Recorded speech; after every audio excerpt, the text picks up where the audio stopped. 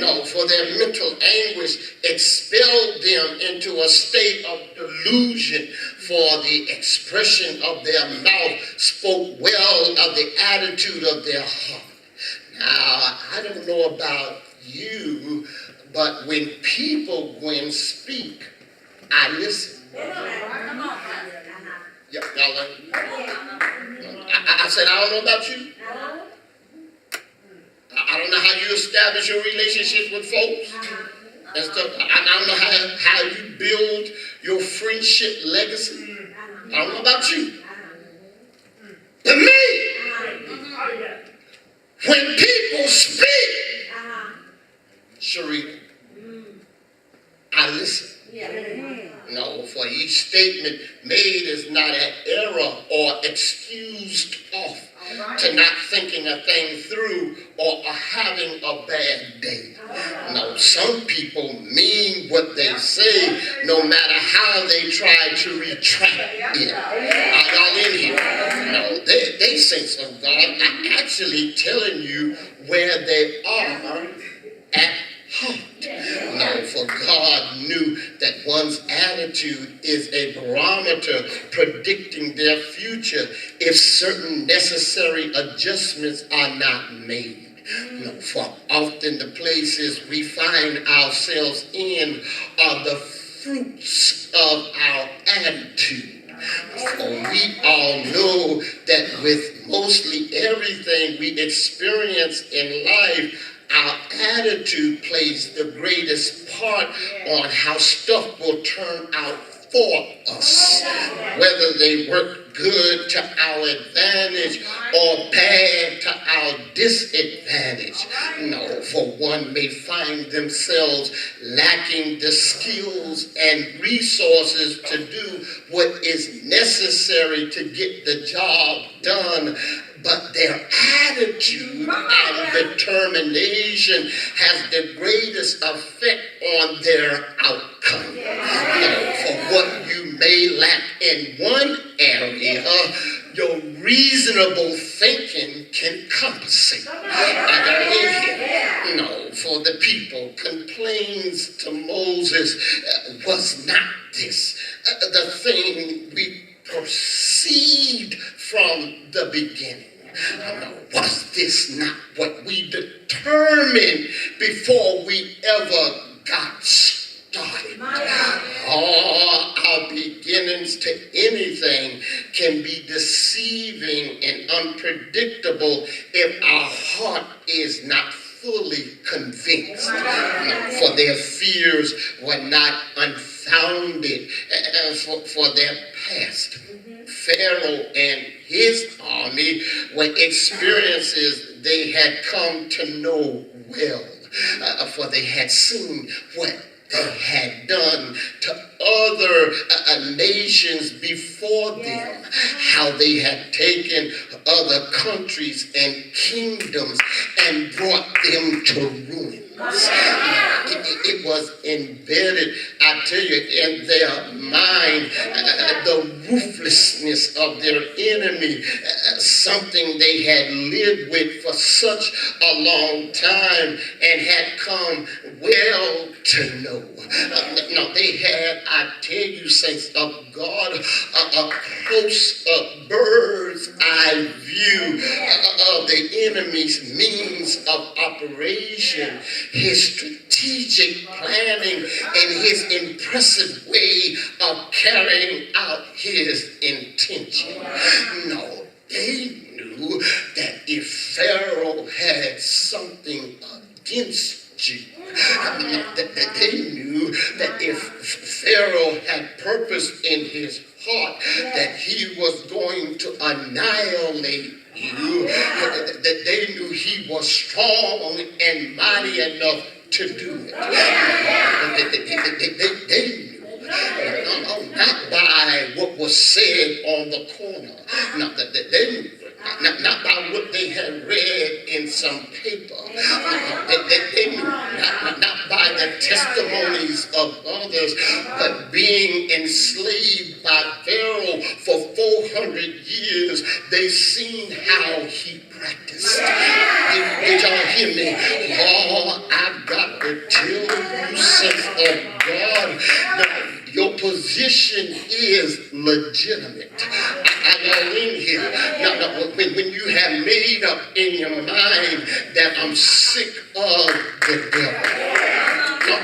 Your position, I tell you, is legitimate when you have finally realized that it's time for my liberation. But coming behind you like a warrior, like a giant, the enemy comes like a flood to overtake you. Your position of fear is legitimate. Not by an assumption, no, but based upon a fact. Not by what a theory may be, no, but you have known how he has handled others, and he is now going to handle you the same way. Oh, I tell you, they stood like a battered woman held captive by the tyranny of an abusive husband. Israel found themselves fearful of the liberation that God was now getting ready to do for them. Did you hear what I'm saying? Now, it was almost crystal like in session. Now, hear me now. I said it was almost like in session. You know, in session, saints of God, it is when it's televised to proceedings that goes on in court. And for the past couple of weeks, they have had this young lady, Susan Wright's trial for resentencing, who had already had a trial, found guilty for murdering her husband, and was sentenced to 25 years. Now, in the resentencing, saints of God, they have to bring forth all of the evidence of the former trial. But for her credit, this time, there are other witnesses to attest to the fact that her husband was abusive.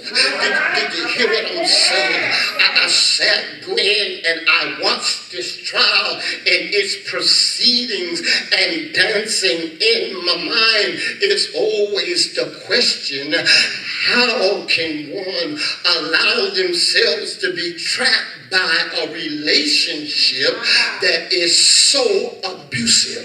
Now, when her husband would choose to beat her, did you hear what I'm saying?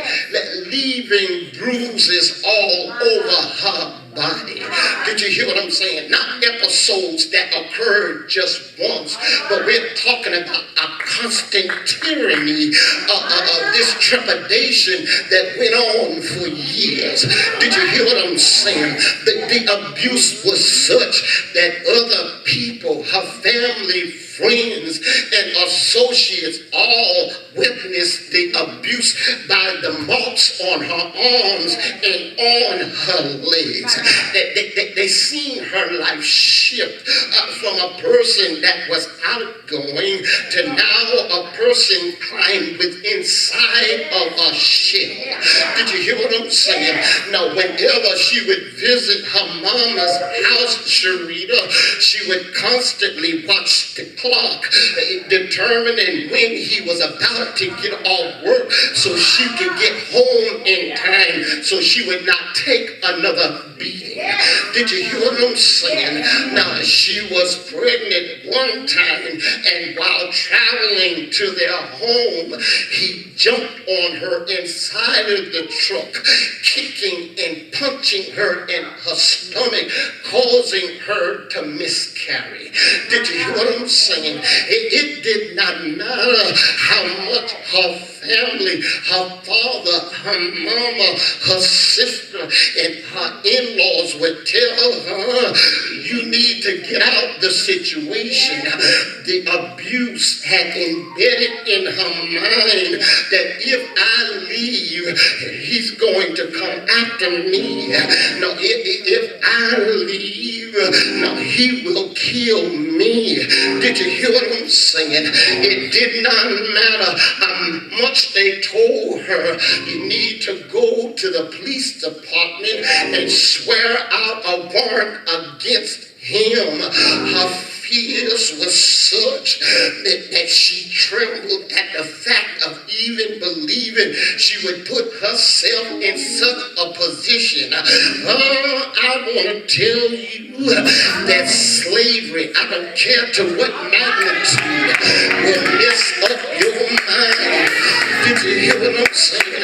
Now I'm here to tell you, because some of us are sitting here, we're looking mighty fine, and we're looking kind of convincing, believing people to believe that we got a handle on our life. But every last one of us in this place here today has some fear about some things that when people review it, they don't understand how you can dare take that position. Did you hear what I'm saying?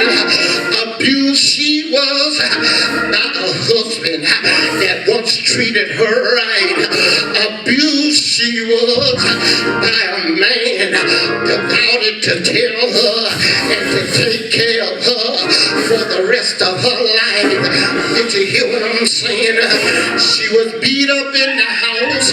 Did you hear what I'm saying? Beat up physically and beat up mentally. Did you hear what I'm saying?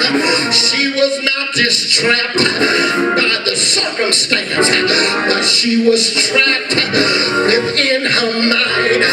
You got to know that the devil handles our life over a period of time, trying to trap us.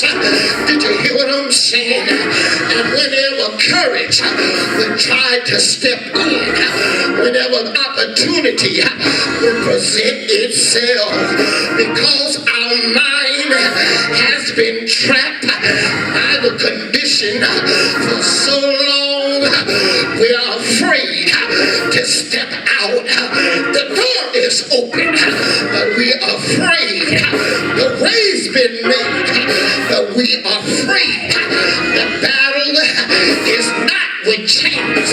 The battle is not with the condition. The battle is with the state of mind. Did you hear what I'm saying? Impracticable. You start thinking there is no way. Impracticable. You start believing I can't see how. Impracticable. Did you hear what I'm saying? Means you start putting forth an effort while you're packing. In your mind, the devil will play with your head and try to tell you, okay, you're packing, but where you gonna go? Okay, you're packing, but how you gonna live? Okay, you're packing, but where your money gonna come from? Okay, you're packing, but how you gonna eat? Did you hear what I'm saying? He tries to convince you it's impracticable, but what you got to know is that if God opens the door, if God makes the way, God will see you through. That's why he told Moses to tell them, stand still, stand still, don't go no further, just hold your ground, hold your peace, because today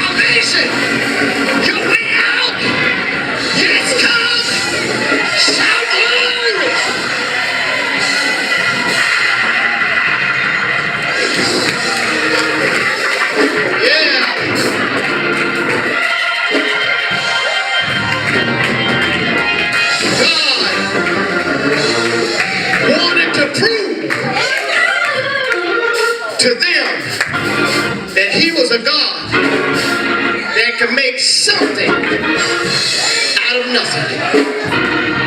Are y'all in here? Tell someone and say, tell them, put it in God's hands. He'll make the difference. Everyone stand.